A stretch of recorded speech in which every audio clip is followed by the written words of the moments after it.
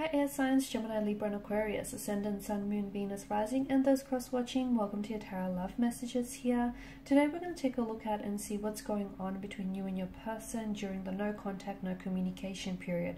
So what are their current thoughts and feelings about you and about this whole situation? What's going on with them? What's going on with you? What's going on with this connection? There is going to be a part 2 to this reading here, and that's going to be made via the extension link below. In part 2 of the reading, we are going to explore the details of the message. Sorry, we are going to explore the message and the details in a lot more depth and detail here. So that will be made via the extension link. For those of you that are interested in personalized tarot readings myself, please feel free to reach out and inquire. I will list my email address just below the video here. Otherwise, let's go ahead, give the cards a shuffle, and let's see what's going on between you and your person during no contact, no communication.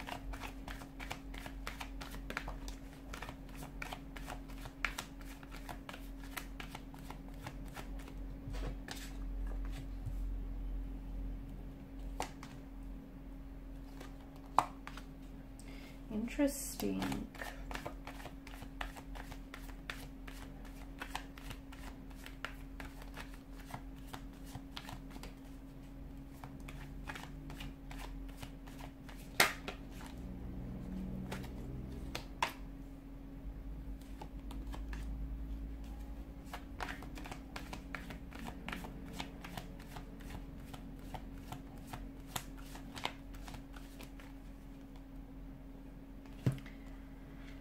Okay, so you do have the Tower here. It's interesting. In the bottom of the deck, what do we have bottom of the deck? You've got the Three of Pentacles here. I mean, that's a good sign because I feel like that shows us that maybe the both of you in the future are willing to come back together and collaborate as energy. So perhaps reach a sacrifice or compromise here, meet each other halfway or at least a quarter of the way to try and work on this connection, try and build on this connection, purely because of the collaborative energy here. Some of you in the future may also be seeking seeking professional advice that might greatly benefit you as an individual or your connection. So if you are seeing like a therapist or a counselor, they might help you with some of the issues and some of the concerns you may have about your person and their behavior and the overall connection here. But I do like it because it's a collaborative energy, which tells us that the two of you are willing to, you know, work through these differences that you might have, work through some of this tension that might be that might have been created in this connection here. Now the Tower moment, this is interesting. The Tower moment, the Five of Cups here. There's quite a lot of going on here. Okay, there's obviously a deep sense of remorse and regret with the Five of Cups, a sense of missed or lost opportunity that your person is feeling. They're regretting their past actions, their past behavior, their past choices here. Now they know, okay, whether or not they admit this to you here, they know that they've said and done things here which have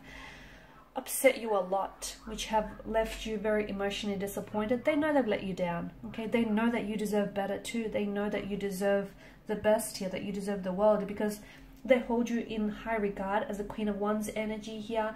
I feel like your person is someone who really looks up to you and really admires you. And sometimes what happens is when we put a person up on a pedestal, what we're doing in the process is creating the separation between us and that energy. And this is why I feel like your person has done. They've put you up high, up so high on this pedestal that they're struggling to sort of try and reach out to you, connect with you, if that makes sense. And to them, they feel as though you're maybe out of their league or you're too good for them. And they always feel like they have a hard time here measuring up to you and what it is that you truly deserve here. Okay, so that's one thing here. Your person is definitely, now they're doing a lot of, they're sort of sitting around, they're kind of wallowing in self-pity. They're kind of doing a little bit of, I feel like they're indulging in a bit of a pity narrative. They may have said or done things here, but instead of trying to correct that, I feel like they're kind of letting their emotions get the best of them, to be honest with you. there's quite a restless energy around your person too. Now, they may be acting out or lashing out. There may be a lot of emotions that they're being overwhelmed with. A lot of sadness, you know, them letting you down, a lot of regret here. Look, they're not feeling good about themselves and about this situation. They feel as though they're scared because they might potentially have lost you. This Tower moment, it's definitely changed a lot of things, and it's possibly altered the course of, you know, this connection here going forward.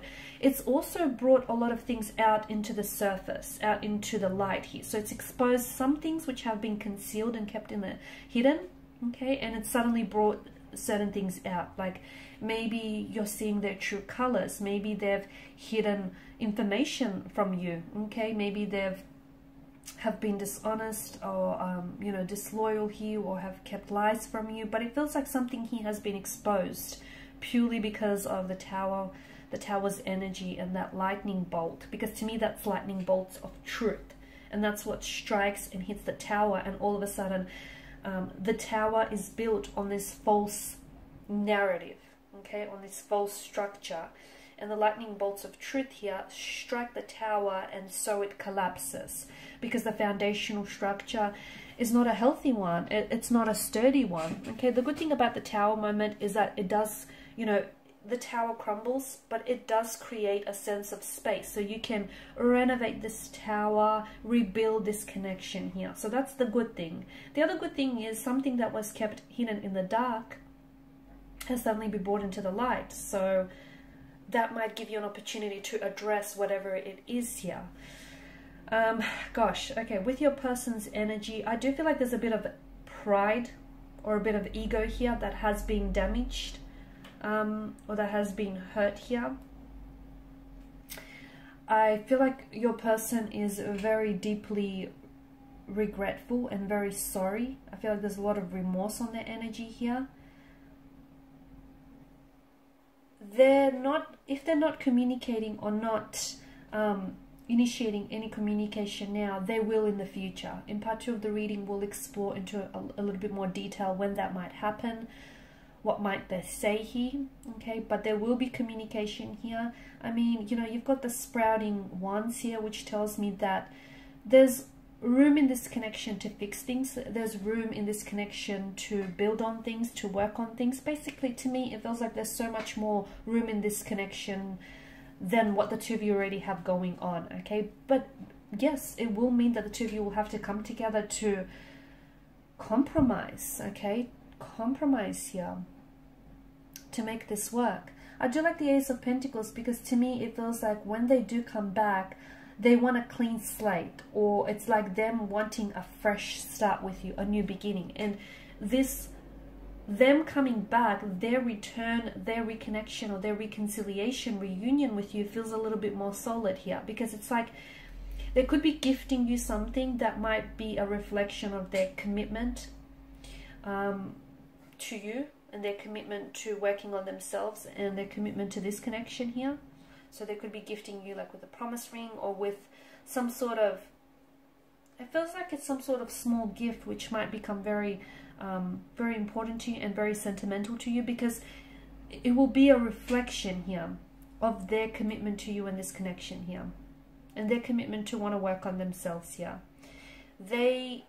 They're not communicating with you right now, but my goodness, do they want to reach out and say some things? My goodness, do they just want to pick up the phone and talk to you and just have things go back to normal? But it's important that when they do come back, they can't be in the same energy when they come back in which the two of you broke things off, because hey, that's the reason why it failed in the first place, right? So when they do come back, you guys need to sit down together, and you guys need to address some things in the connection here.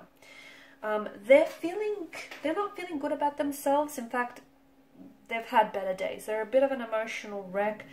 There's quite a sadness in the energy that weighs them down here. I don't feel like that they are their usual selves here. I feel like they may be sort of,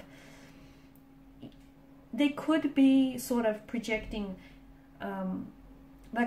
projecting a certain image on social media to indicate that they're fine or they're doing well here, or they could be trying to plaster a fake smile on their face. but they're not fine. Deep down inside, they're hurting. Deep down inside, they're sad. They're feeling very lonely as well. Not talking to you, not communicating has definitely been humbling for them. And it's definitely highlighted just how lonely they feel without you in your company here. They do feel a little bit defensive here. So are they someone who's very argumentative? Because I get a very kind of defensive kind of energy. Or something happened in which they were trying to defend something that they said or did, or they were trying to maybe defend some sort of situation here, defend an action of theirs. Because it feels like they still have their guard up, or they're still very defensive about this certain, whatever happened, this certain situation here. They do want to come back desperately. Desperately being the key word there.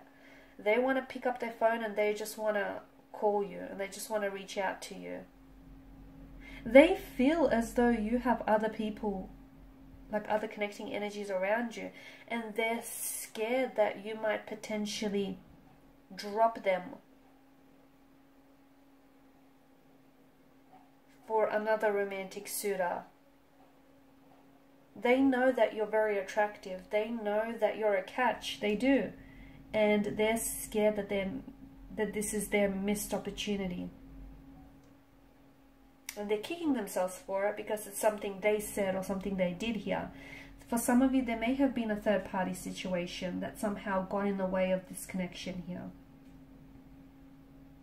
Okay, but to me, the Two of Cups, they're feeling as though all is not lost here. So deep down inside, even though they're, you know, an emotional wreck and a bit of a mess, and they may be crying tears here, and they're feeling sorry for themselves. They're feeling sorry for themselves here. But a part of them, even if it's just a small part, a part of them feels as though all is not lost entirely. They feel as though the two of you can somehow make this work again here. So in part 2 of the reading, we're going to explore how might things be different in the future, okay? We're also going to explore, will the two of you really come together and, you know, build on this connection, work through things here? And what is it, you know, when might they be coming back here and reaching out and reconnecting with you here? Because there is, look at that, the Knight of Wands energy here. There's a lot of fire in their energy here, okay? There's a lot of fire, which tells me that, you know, they're itching to act here. They're itching to communicate. They're itching to act here. They are holding back a little bit here, but not for long. So in part 2 of the reading, we'll explore when will be that next communication, that next contact that will come from this person, or, you know, and will that pave way for reconciliation here? And what exactly happened with this Tower moment, or what are their thoughts on this Tower moment? Because they're feeling very defensive about this situation here. Okay, so that's going to be explored in part 2 of the reading, made available via the extension link below. Thank you guys for your time, your energy, your attention. Bye for now.